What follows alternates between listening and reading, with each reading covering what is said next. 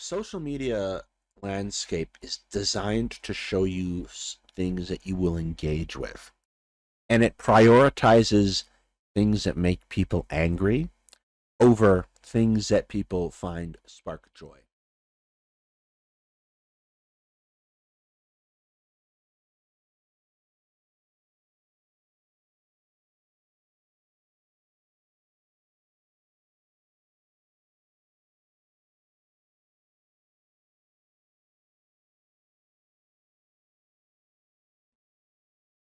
The other thing that got announced today is, well, this.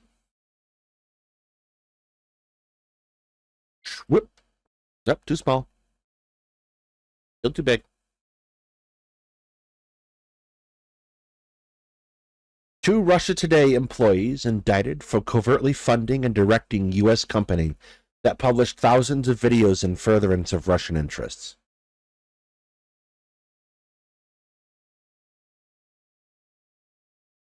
Employees of Russian state-controlled media outlet deployed nearly 10 million to publish Russia Today curated content, which garnered millions of views to a Tennessee-based online content creation company. Among these was Tim Pool, who got apparently a significant amount of money and can't afford hair.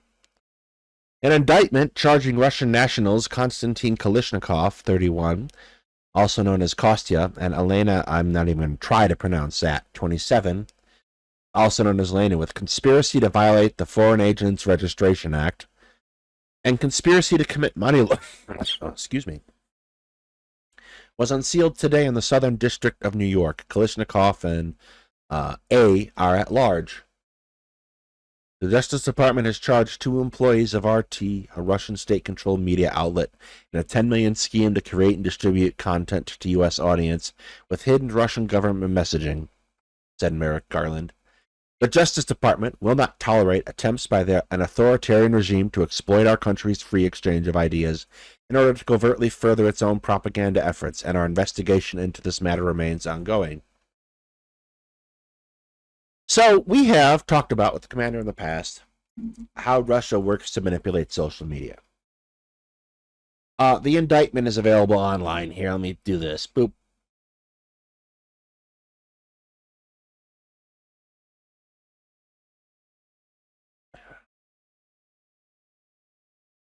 There you go.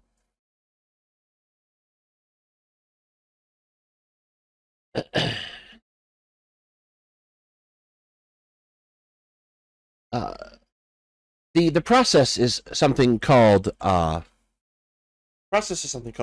warfare. And there's a paper by Edward Kekillen on it. But the idea is that you can attack a country without directly attacking a way that they cannot legitimately respond through normal military means. And this is how they do it. And it's become the primary way that they do this. They insert stories in the social media in order to try to advance Russian interests or to sow discord and discontent. So I want to focus on Tim Pool for a minute and his little beanie. Tim Pool will run around constantly talking about, oh, there's going to be a civil war. There's going to be a civil war. There's going to be a civil war. This isn't an organic opinion. It's a the fake opinion is what it is. It's something he's being told to say, to spread, to foment the concept, excuse me, that Tim Pool is telling you that Americans hate each other. We're going to fight. That the divides between us are too big and powerful and strong to really be understood, or like there's no way to bridge the gap. And the idea isn't to get Americans to start fighting a civil war. The idea is to get you to disengage from one another. So the whole point, the whole idea behind our collective society is that we work together to further solve problems. If we are fighting about the price of tea in China, we are not fighting Russian influence in Ukraine. The concept is so that you look with suspicion to the guy next to you. And the other way they do this is they create fake social media profiles. Not bots so much as humans running multiple accounts designed to create the impression of a consensus of conflict. One of those attempts you saw earlier last year was the Texas Brexit thing, where you had a whole bunch of Russian accounts that accidentally were really bad at their jobs, trying to make you think there's this massive movement of people in Texas who want to secede from the Union.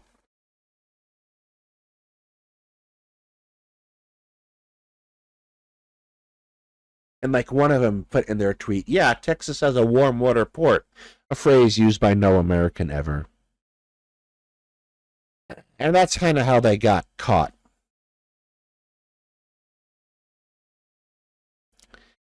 Covert attempts to sow division and trick Americans into unwittingly consuming foreign propaganda represents attacks on our democracy, said FBI Director Christopher A. Wray. And he's right. This concept is going to cause people to not want to engage. So the way that the Russians Trump colluded with the Russians is gave them polling information, which helped them target their attacks on. And they purchased it through other firms and whatnot. There was other methods. And so they could target their social media attacks. And all they have to do, they don't have to hack a voting machine or get illegitimate votes cast.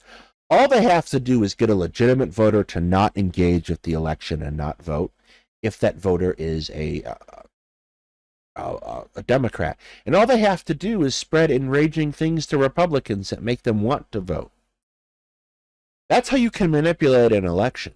It doesn't require you to do anything that leaves a trace. It just requires you take our algorithmically generated outrage machine and target it in just the right way to get the person you want to act and get the person you don't want to act to not act. And this is a pretty novel thing, obviously. Social media is a new thing.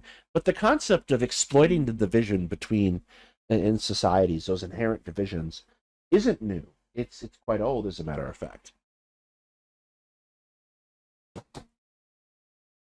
Oh, there you are.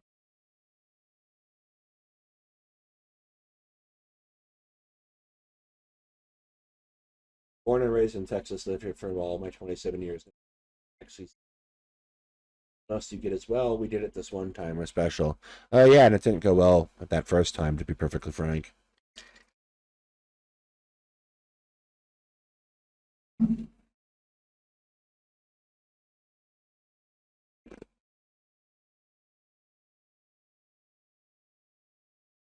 The idea of exploiting divisions is not new. KGB agents would talk about it. Defector and KGB agents would talk about it, for example. The idea is a long-held, beloved process for Russia. And the weapon, though, is new. At least it's coming of age now. This concept of social media and content creators and influencers. That is very much a new method. And like, for what it's worth, the content creators in question claim they didn't know. I kind of feel like that's bull. How do you not know that you are not advancing the interests of Americans? Like, there's what you can prove and put in an indictment and get a jury to believe. But come on. You have to know. You have to recognize that what you're saying is bullcrap.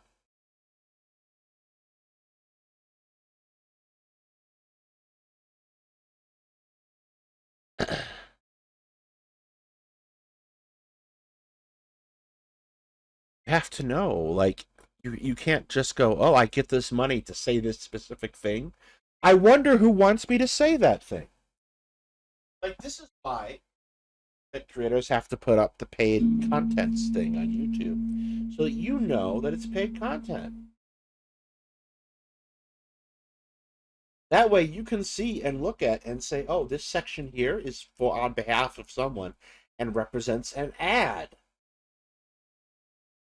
And I think this is important because we have an innate understanding of ads. We watch them all the time here in the States, but we don't necessarily have the same relationship with YouTube and the content creator space that we do with a television show, because we recognize when someone drinks a Pepsi in a TV show, they're trying to sell us Pepsi. But YouTube, to famously riff off of the Lindsay Ellis video, is about authenticity. The difference between consuming media on a traditional television show or movie, and the difference here is there's a different relationship between me, the streamer, and you, the viewer, and it's one that is not as separate. So, like, for example, it's not beyond the pale to we talk about parasociality. It's not beyond the pale to imagine that a person feels about a streamer a different way than they might feel about a movie star. In fact, usually when someone imagines themselves as having a relationship with a movie star, for example, they're nuts. The thing about a streamer, though, is like this is interactive. I read chat, I see what you say, you can type things and say things to me, we interact, which creates a different level of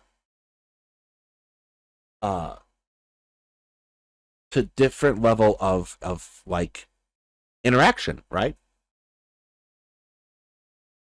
It's a whole different way of enacting, and it creates a different like link. So like it's important to kind of separate what's the HelloFresh ad and what's the sure for you can subscribe to my OnlyFans. It's just me sitting there reading.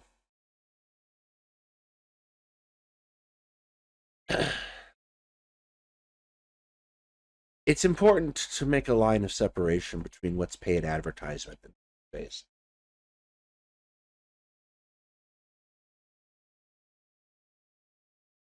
Side note: if I could actually make money on OnlyFans reading, there'd be something deeply wrong with the world. Have the head down, or the head up, rather.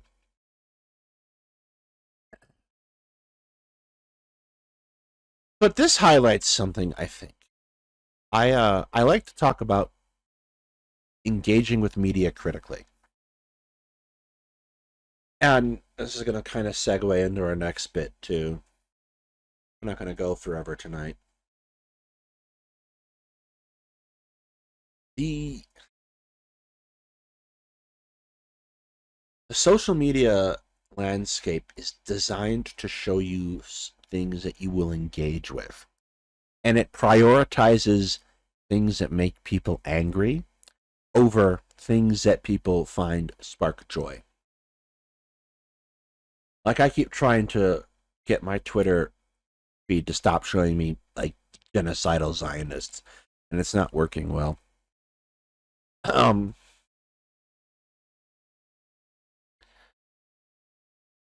It's easy to get yourself in a position where you imagine that people are generally bad.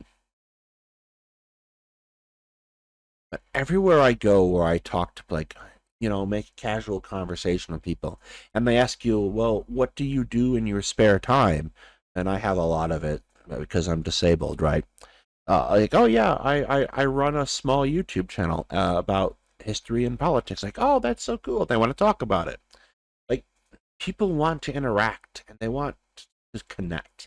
And social media, for all of its advantages, can create for us an environment in which we forget this.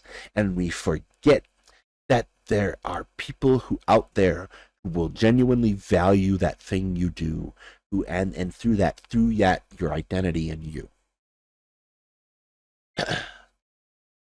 It becomes very easy to sit in the spaces, in these spaces, and just see all of the hate fomenting around you, and to lose sight of the fact that that's not the majority of people.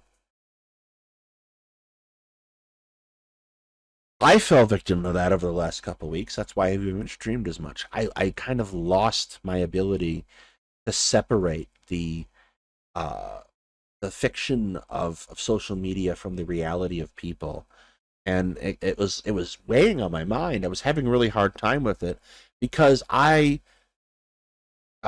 evidence to the contrary, me being a grumpy old asshole, I want to like people. I want to engage with them in genuine ways and to see different perspectives, and I filter that through my understanding that some opinions are more robust and soundly formed than others. And when you see all these bad opinions and these cruel concepts being thrown out by people with casual disregard for outrage clicks, it can be very easy to kind of get a little depressed, right? Situational depression. And I guess I just wanted to remind everyone that that's not the way the world works. That's the way tech bros have tried to make the world work.